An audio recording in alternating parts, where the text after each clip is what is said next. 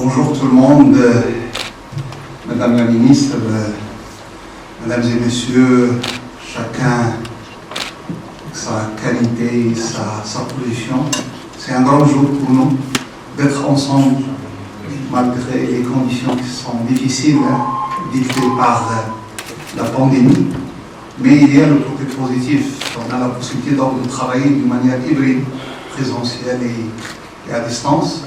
Ça nous permettra dans les années à venir, après Covid, donc, de repenser nos façons de travailler.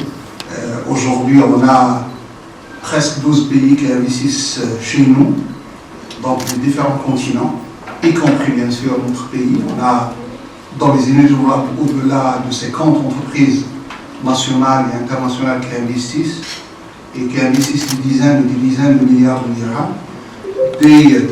Certains projets sont déjà réalisés, d'autres projets sont en cours de réalisation.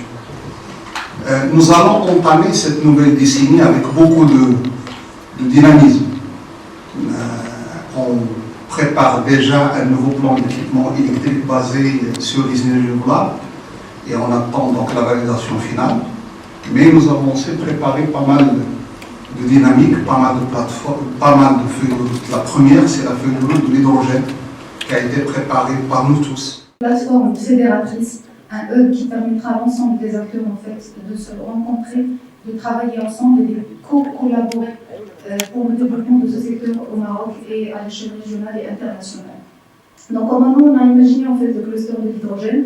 C'est un positionnement stratégique, tout d'abord vis-à-vis des acteurs potentiels de l'écosystème, à savoir les institutions publiques, les organismes gouvernementaux, les entreprises et les acteurs du secteur du privé, les établissements de formation, les partenaires, les investisseurs, les acteurs aussi de la RDI et industriels, bien évidemment, le marché local, et on veut dire par ça en fait les utilisateurs finaux de cette forme d'énergie, et puis le marché international, en parlant un petit peu de toutes les opportunités d'export qui pourront être développées par le secteur de l'hydrogène en fait une fois développé au Maroc.